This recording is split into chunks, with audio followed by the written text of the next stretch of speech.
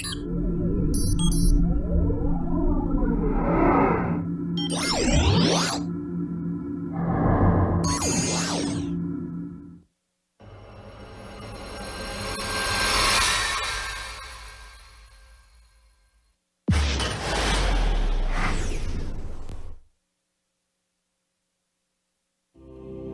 following content is not intended as a substitute for professional medical advice, diagnosis, or treatment. Always seek the advice of your physician or other qualified health provider with any questions you may have regarding a medical condition.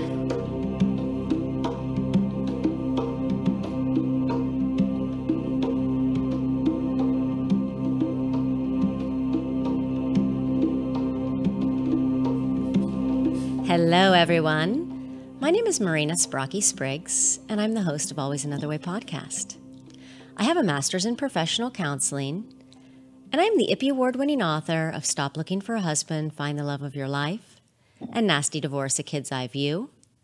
I write positive divorce advice for the HuffPost, and I'm trained in clinical hypnosis. And this podcast speaks to out-of-the-box thinkers, and it's for those who hear the call of hope and always another way. And if you're very rigid and set in your beliefs, this is probably not your cup of tea. However, you should note, tastes can and do change. And I just want to thank everyone. This is actually, yesterday was the anniversary of the first year of Always Another Way podcast. I had 57 episodes last year. Today is number 58. And there is so much wonderful information out there that I would love it if you could listen to. And if you haven't already, I would really appreciate it if you could go to iTunes. Search up Always Another Way, 2 L's, because it's all things another way. Subscribe, rate it if you feel, 5 stars if you really feel. And that way, the podcast moves up in the rankings. We get bigger on the charts and more people can hear this absolutely amazing information that you might not hear anywhere else. And I'm betting that you have not heard of, or maybe some of you have, what we're going to talk about today. So I'm going to tell you a little bit about our guest before I bring her on. Danielle Thornton started her career in medical biologic sales, and she worked in that field for almost 10 years. She found these environments could easily add stress and discomfort to people who were already facing a challenging experience. So in order to find a solution, she first needed to find a way to manage her own stress and overall feeling of dissatisfaction with life that no external life circumstance could seem to soothe. This prompted her journey into studying ancient wisdom and science to uncover a deeper authenticity, peace, balance, healing, and fulfillment. Combining her love of enriching travel experiences with education, she has spent many years extensively studying yoga, meditation, pranayama, somatic bodywork, mindfulness, energy medicine, consciousness, Reiki, and healing touch, both abroad and locally. And a few years ago, she was presented with the opportunity to work for a few people who had serious illnesses and were facing their own mortality. In working with them, she saw a clear need that she could easily fill to help enrich their lives at the end of life. And it was at this point that she started Starana. Looking back, all of her work and life experiences have perfectly prepared her for her journey. She has had the call to help people who are suffering or dying since childhood.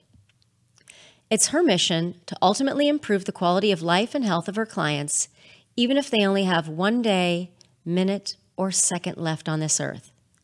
It's her intention to continuously learn and teach the discerning art of when to let go and surrender, when to stand strong in peace, and how to best improvise whatever life brings us. And so please welcome to the show, Danielle Thornton. Hi. Hello. Thank you so much for being on. Thank you for having me. Okay, so as we begin, we're going to be talking about an end-of-life doula. And many of you, I'm sure, I didn't know what this was until recently. So we're just going to start. And Danielle, if you could just explain to us what an end-of-life doula is, and then we'll kind of backtrack from there. Mm-hmm. So an end-of-life doula bridges the gap between the healthcare team and the family for the person who is facing death. Studies say that only 5% of time that a person spends with their healthcare team, including hospice services, are only 5% of their time spent. Yeah. And so they spend a lot of time alone. And so you can imagine facing end of life, facing death, going through, experiences of looking back on your life, and it can be intense for a lot of people. And so what an end of life doula does is we provide an extra layer of support for the family of the person dying as well as the person dying. I love that. And because truthfully, nobody really talks about death because we don't want to die. Yeah, it's a taboo subject. But we all do. Or well, we're dying right now. Everybody. As we speak. Everybody does. We don't know anybody who's lived for forever, or at least not that I know. Yeah. And so tell us how, let's go back. How did you get on this journey? Let's sort of, work from there. Okay. Well, it's funny because when people ask me that question, it's like, how much do you want to know? Because since childhood, I've been very fascinated with death. I've always gone towards death, towards old people, towards seniors. And I really hold a very special place in my heart for the elderly population. I feel like they have a lot of wisdom to share. And I think that they deserve a quality of life that, here in the United States, we don't necessarily, I think we're getting better, but we don't necessarily have a lot of respect for the aging. We're a youth-obsessed culture. Yeah. That might be funny coming from someone who's fairly young. Yeah. But I'm just, it is what it is. And we are pretty attached to youth and the material world, really, and anything. And we resist change. We resist. It's just part of the human condition, of like wanting to survive. It's just, we're wired that way.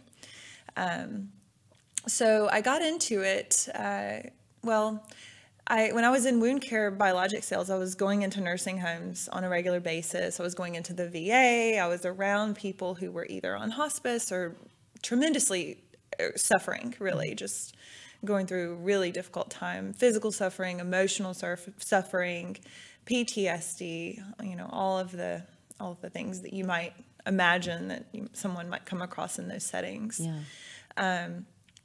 And it really, it tore me apart watching it. And I truly felt like I needed to do something about it, but I was like, how can I do something about it if I don't know what I'm doing myself? Right. So I was, in that time of my life, it was definitely part of the journey. I don't regret it. I learned so much, but there was a deep sense of unfulfillment. I was experiencing a lot of anxiety in my daily life. And so I actually went through, it was almost like life had forced me to make a change. I'm sure we all can relate to that. Oh, yeah. I lost my job in a layoff, and had ended like a 6-year relationship, and all in 1 year, Oh, yeah, that's two big things. Yeah, it was like my whole life had really changed, and it sent me into basically a spiral. I was afraid and desperate and very fearful, and I had already signed up for my yoga teacher training before I had lost my job, and so I proceeded in going to the training in Bali. And in yoga, one of the poses that we practice is called Shavasana. My fave. Yes, mine too. It's the best. And it's actually also known as corpse pose. And, in the training that I went through, Shavasana is seen as one of the most advanced poses in yoga, because the Western mind cannot handle stillness. Oh, yeah. Know this too. Yeah. We get really uncomfortable when it comes to that stillness. Yeah. And we oftentimes, along with that, get uncomfortable with letting go and surrendering control. Mm-hmm. And that's what that pose asks of you. And so that was part of the journey. I was teaching for about 4 years, and then I had actually 2 women come into my life. Both hired me in the same week, who were both dying. One knew that she was in the process. The other did not know it was as close. Uh-huh. And it just felt, I can't even describe it other than it felt very right to help these people through their process, and during their process, and then even after they died, it became even more and more apparent that I was able to help them on a level that was very deep, through my training in yoga and Reiki and meditation, and really through just being a peaceful and calm, non-judgmental, supportive presence for them. I find that finding full acceptance for someone and allowing them to be where they're at without trying to fix them is very healing. And, you know, a lot of times, not many people, you know, we see someone suffering and we immediately want to fix it and make it better. But sometimes, you know, it's supporting in a different way. When you can't not make somebody not die. Right. You know? Yeah. Well, you know, it's one thing I'll say that I think that I see a lot of families that they don't want their loved one to die. Of course, they love their loved one. They don't know what they're going to do without their loved one. So they do everything they can so that their loved one doesn't die. And sometimes that can cause more suffering on the loved one. And the loved one's like, hey, just leave me alone. I just want to rest and just stop going to the emergency room every 2 days. And so I think that's where hospice and palliative care can come in. You know, it's definitely not like a death sentence, but really it's just to help the person experiencing the experience of dying to just be a little bit more at ease. And that's where the end-of-life doula can come in as well to assist in that process. Nice. And so from there, I decided to start volunteering at a local hospice. And I did that for about a year. And as I was doing that, I was really just doing my own research. How do I fit in this equation? As an end-of-life doula, what does that even mean for me? Because end-of-life doula work is different than other areas of expertise in that each end-of-life doula is going to have different set of gifts and experience and offerings that they provide. And so I was trying to find out how my training can fit in that role. And what I found is not only were the patients very responsive to me who were in hospice, but also their families really looked forward to having me come because it was a relief for them, because they could see the sense of peace that their loved one would have after our sessions. Nice. And so, that's how I got into it. And then I decided that I needed to solidify this and create a business, right? So really the end-of-life doula work and role kind of came to me. I feel like it was always there all along my entire life. I just had to kind of dig and peel back some layers to discover that. Yeah, and then all the experiences that lead up to all the yes, until you're finally there. Yes. Yeah. And then let's talk a little bit more, and we were talking before about what things that people do experience during that end of life and breath and all this kind of interesting stuff. Yeah, so when we're born, right, when the moment we're born, we take an inhale in, right? And when we die, the last breath is an exhale. It's not an inhale. Yeah. So, and everything in between birth and death, the animating force that keeps us alive in our physical body is the breath. Yeah. And one of the major practices in yoga, it's called Pranayama, which is basically breath work. It teaches us how to have stewardship over our breath, because our breath has the power to really control our nervous system.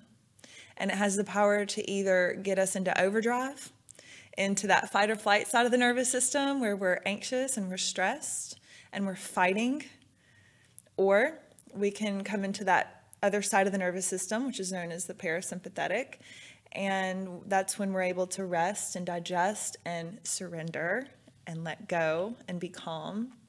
And so the breath is very powerful, not just at end of life, but throughout our life. Sure. And I find that the more we can be and find that sense of calm within ourselves, the more empowered we become, the less fearful we can become, the more present we can be in our life. And so I believe that breath is one of the most powerful tools that we have. We just don't always use it. Right. And what's so interesting is you don't know until you do that and slow down that breath to really feel that, like, yeah, the difference of what that really, really, truly is. And then in anybody who's experienced anxiety, then you know what that, feels like a heart attack, and just like it's that shallow breathing. Yeah. And, you can get out of an anxiety attack with your breath. Yes, Truthfully, absolutely. yeah. Absolutely. And even when I'm working with people who are, at end of life, that they can't move much, but they can hear me and they can feel their breath. And, we might not be able to deepen the breath by 50%, but even if we can use the power of the mind to deepen the breath and just kind of relax deeper into our hearts and feeling the belly and feeling the feet and not necessarily feeling all the breath in our chest, that in and of itself can be really powerful. So, and extending the exhales, just as we extend our exhales, that's our opportunity in each moment. From a physical level, we're literally releasing toxins and carbon dioxide. And we're also allowing energy to move through us, to release, to exit things that we no longer need. As we inhale, we're taking in life. We're taking in oxygen. We're taking in vitality and spaciousness. And so I truly believe that the quality of our breath can oftentimes be equivalent to the quality of life. Ooh, very nice. Very nice. Where else do you think we should kind of just roll from here? Yeah. Well, the thing that comes to me too is you had asked, what is the experience of someone dying? Yeah. Well, I'm living right now. And so I can only speak as to what I've seen and why I think this work can be so powerful at end of life. Yeah. And that's because 9 times out of 10, not all the time, it depends on the person and how they live their life, and everyone's different, but facing end of life, it brings about a sense of openness and vulnerability in someone who might have been totally not open and really rigid in their beliefs and just not open to change their entire life. I've been with a lot of clients of mine who were admittedly, resistant to change, not wanting to open to something different, not really being accepting of different people or beliefs or cultures. And at the end of their life, they begin to see things from a different perspective, and that really none of that matters. Because of that. And I think it's because of that vulnerability. You're at the most vulnerable place in your life. For sure. And so it leaves this window and that's open for change and transformation and healing to occur. I think that our body and our minds, even though if we don't remember, our bodies always remember everything that's happened in our life, whether that be joy, sadness, trauma, unprocessed emotions.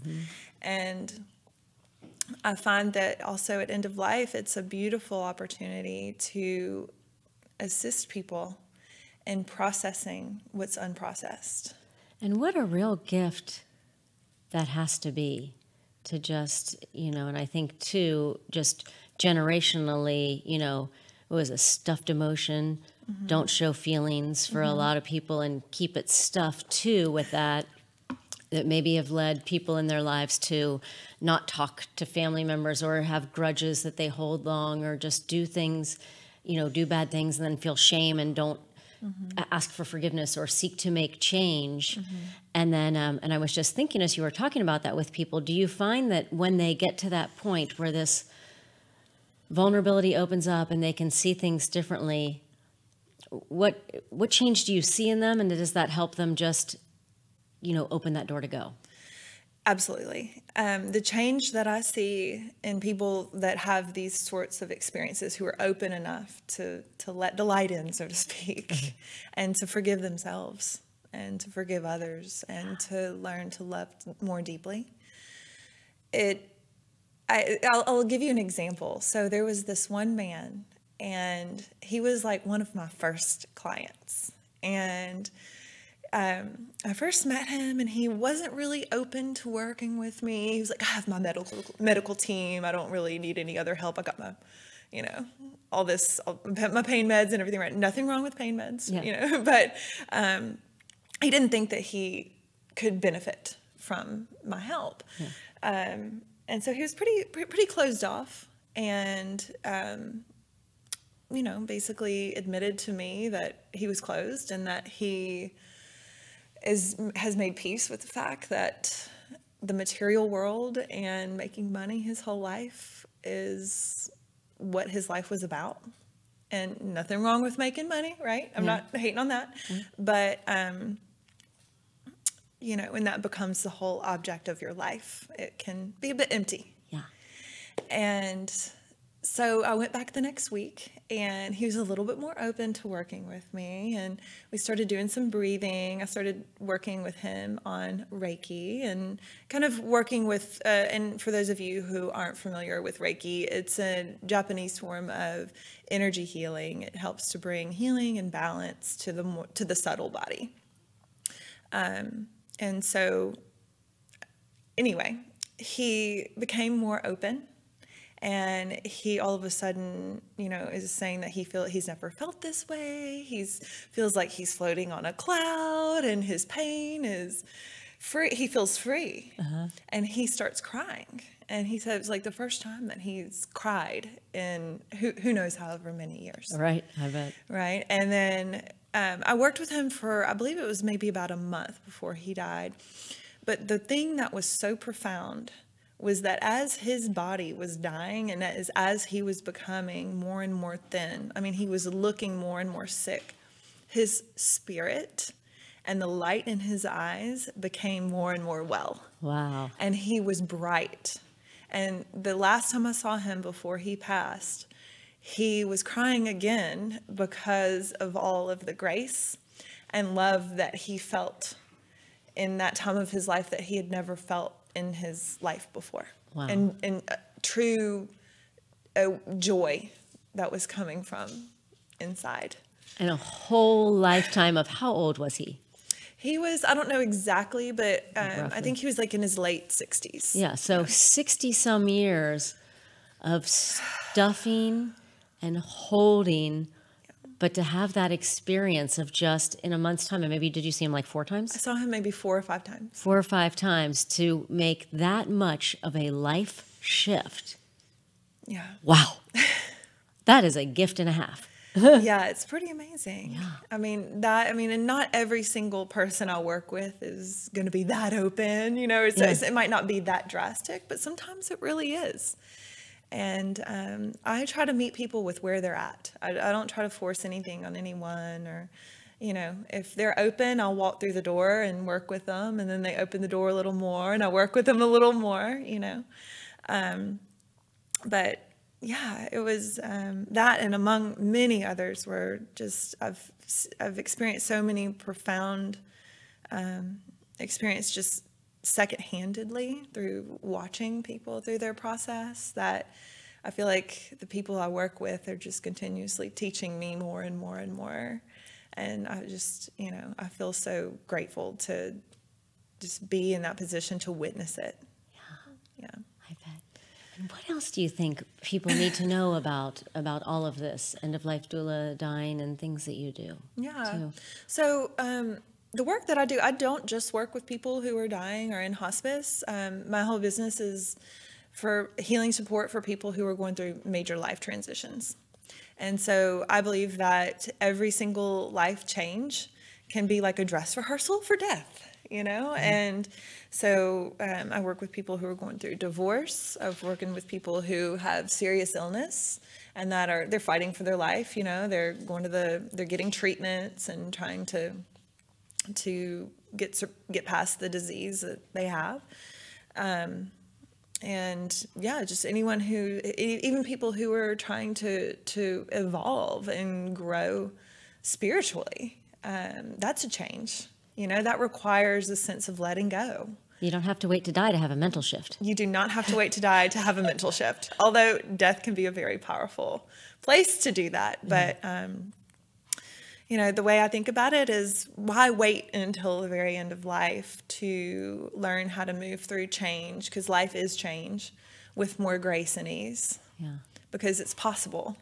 You know, we just have to open up and allow ourselves to do it, and then use the tools that we have available in order to move through those changes. I love that. Yeah.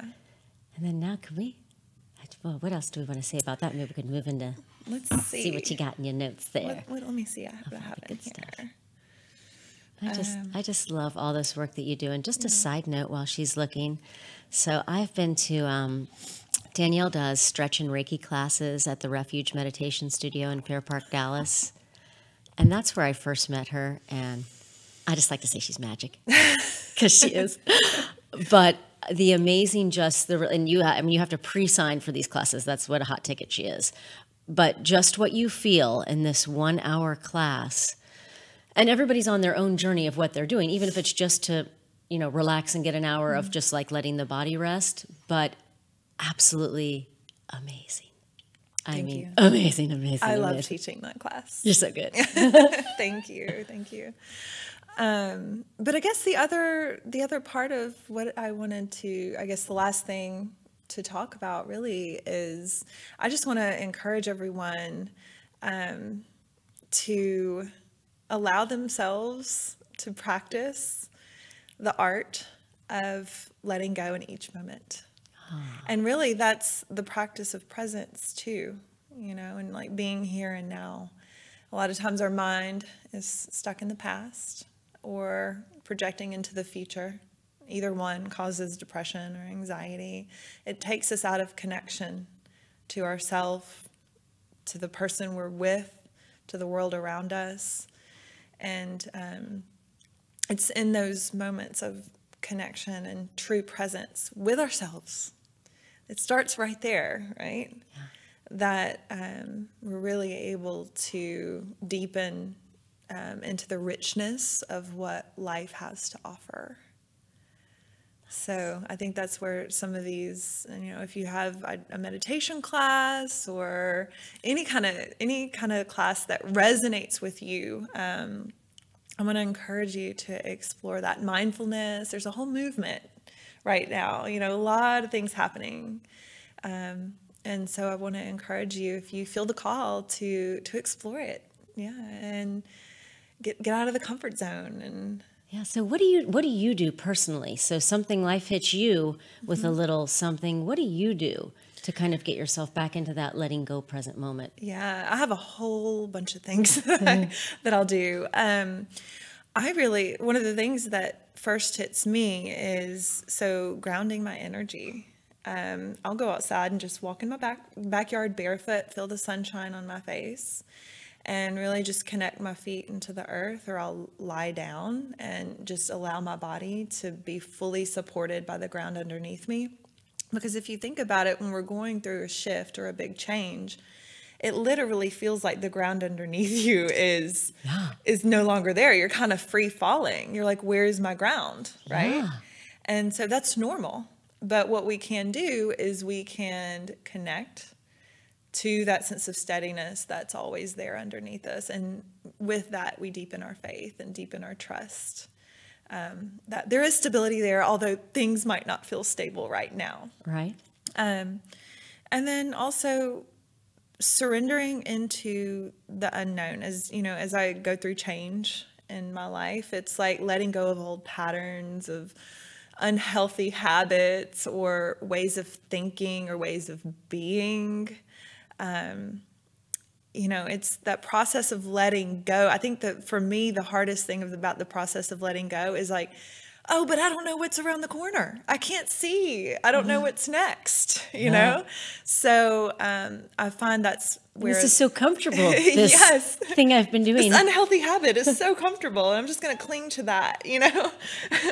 But so I find that really finding that stabilization and that ground through meditation, through grounding. I love taking salt baths. That can be very grounding and calming. I have a regular yoga practice that I go to just to kind of release stress and pent up energy and imbalances in my physical body. Just taking care of myself really from a physiological perspective as well, eating well, feeding my body food that's going to fuel me rather than drag me down. Playing with my dogs. Let's see, I do have a regular, like I think I said it before, but regular meditation practice, getting lots of sleep. Nature.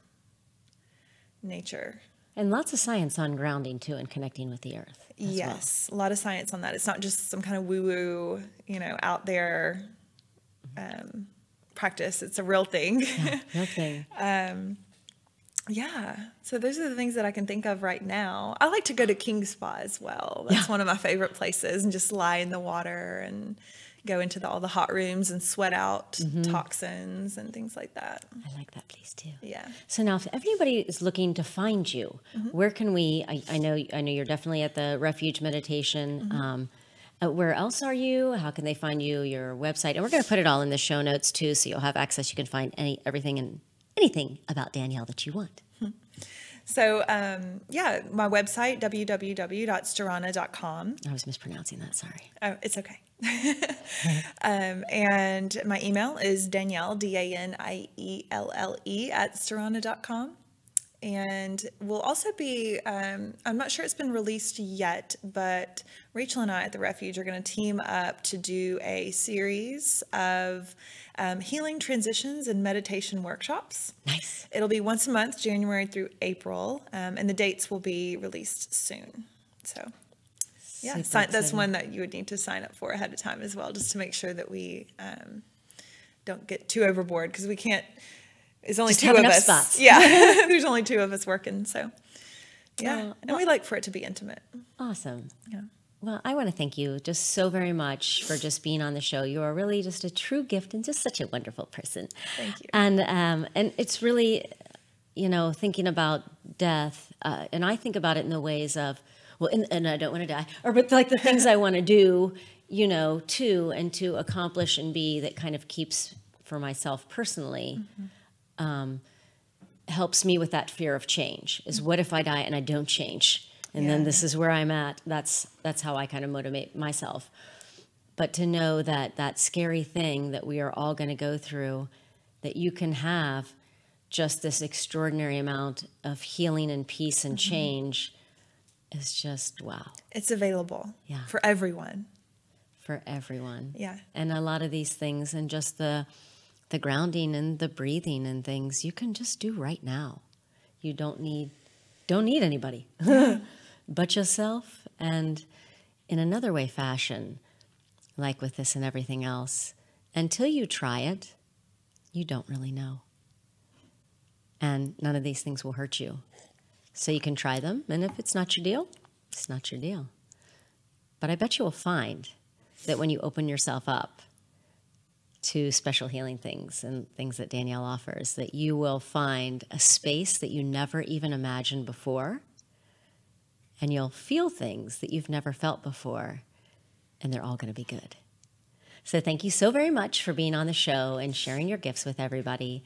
And for all of you listening, you know that there is always another way.